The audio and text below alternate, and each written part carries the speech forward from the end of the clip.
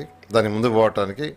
ఇది కాకుండా Amaravati capital city 217 చదరపు కిలోమీటర్ల కాకుండా దానికి బయట కూడా యాక్చువల్గా రిజర్వాయర్లు పెట్టమని ఆ రోజు నెదర్లాండ్స్ కన్సల్టెంట్ వాళ్ళు చెప్పడం జరిగింది.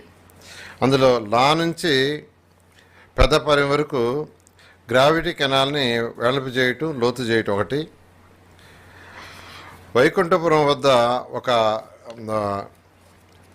5650 క్యూసిక్తో వాటర్ పంపింగ్ చేసే స్టేషన్ పెట్టమన్నారు వాళ్ళు.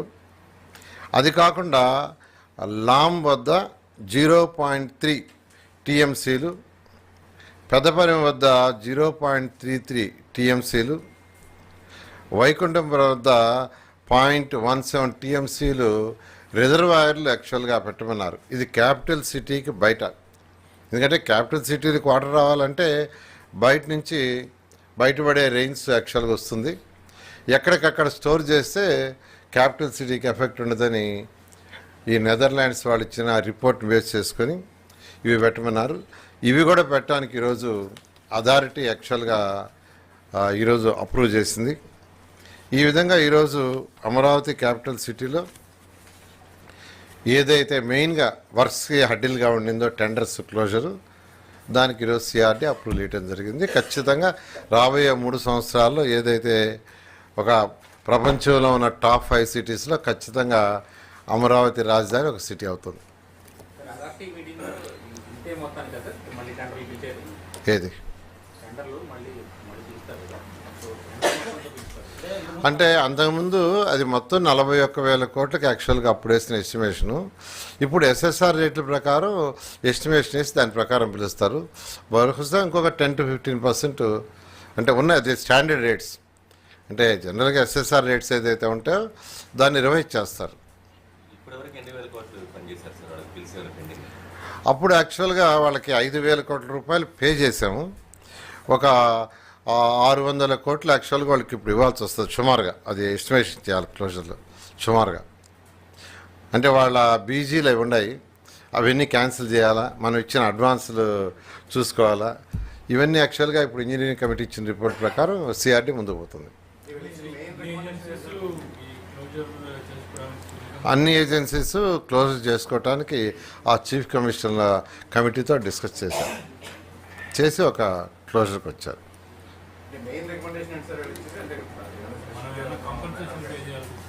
ఏం కాంపెన్సేషన్ పే చేసేది ఏం లేదు. యాజిటీస్గా క్లోజ్ చేయాలంటే సిస్టమేటిక్ ఏదైతే చేయాలంటే గత 5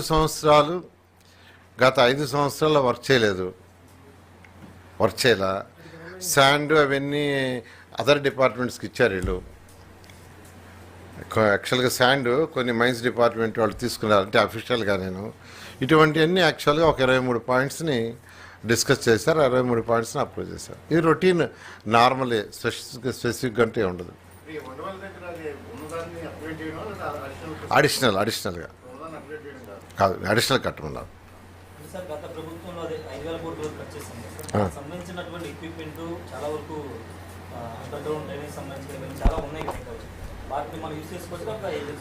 అంటే యాక్చువల్గా ఏంటంటే ఎనీ థెఫ్ట్ జరిగి ఉన్నా ఏది పోయినా మనకు సంబంధం లేదు. అదే వెరీ క్లియర్. మనకు ఆ రోజు బిల్స్ ఎంతవరకు చేస్తున్నారో తీసుకుంటారు. బిల్స్ చేయకుండా ఏదైనా వర్క్స్ ఉంటే దాన్ని కూడా యాక్చువల్గా కౌంట్లోకి తీసుకుంటారు. అది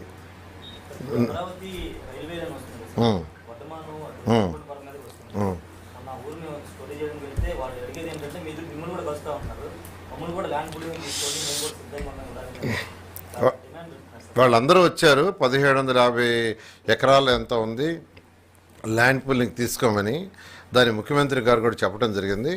ముఖ్యమంత్రి గారు కూడా సుముఖత చెప్పారు యాక్చువల్గా.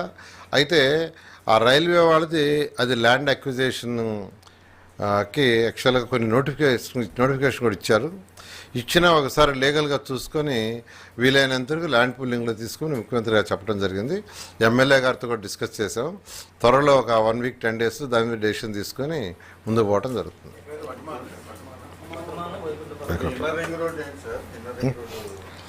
ఇన్నర్ రింగ్ రోడ్డు కూడా త్వరలో వస్తాం. దాన్ని కూడా యాక్చువల్గా అంటే ల్యాండ్ పూలింగ్గా ల్యాండ్ అక్విజిషన్ వర్కౌట్ చేస్తున్నాం. దాని మీద ఒక డెసిషన్ తీసుకొని ముందుకు పోతుంది. లేదు, ఇప్పుడు బైపాస్లు వస్తున్నాయి కదా, ఇంకా రింగ్ రోడ్డు వస్తుంది.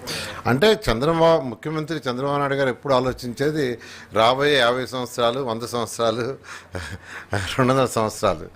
హైదరాబాద్లో రింగ్ రోడ్ అప్పుడు అవసరం లేదన్నారు, ఈరోజు అదే ప్రైమ్ అయిపోయింది. కాబట్టి చంద్రబాబు నాయుడు చాలా క్లియర్గా ఉన్నారు.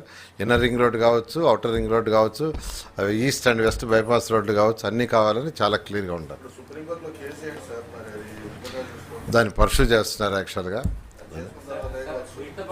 వర్స్ వాటికి వర్స్ చేసుకోవచ్చు.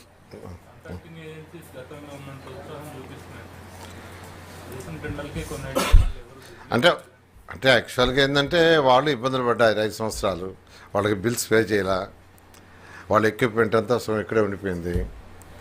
అయితే వాళ్ళు ఏంటంటే ఇప్పుడు ప్రజెంట్ రేట్ ప్రకారం ఇస్తే చేస్తాం, కానీ ఎప్పుడో 6 సంవత్సరాలు, 7 సంవత్సరాలు, 8 సంవత్సరాలు రేట్ ఇస్తే చేయలేమని అన్నారు. చేయబోయే పనులకి అలా అంటే టెండరే, ఓపెన్ టెండరే, ఎవరికి వస్తే వాళ్ళు.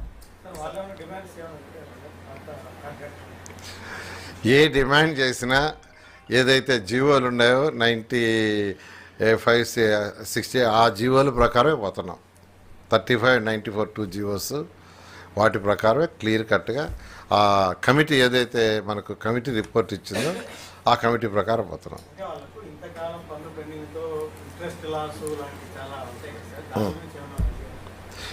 ఏం ఇంట్రెస్ట్ లాస్?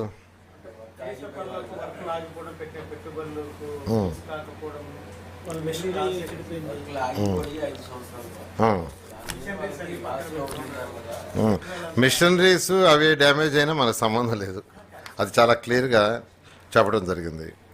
వాళ్ళు అడిగిన దాంట్లో యాక్చువల్గా ఏంటంటే కొన్ని చిన్న అడిగారు. వాళ్ళు అడిగింది అంటే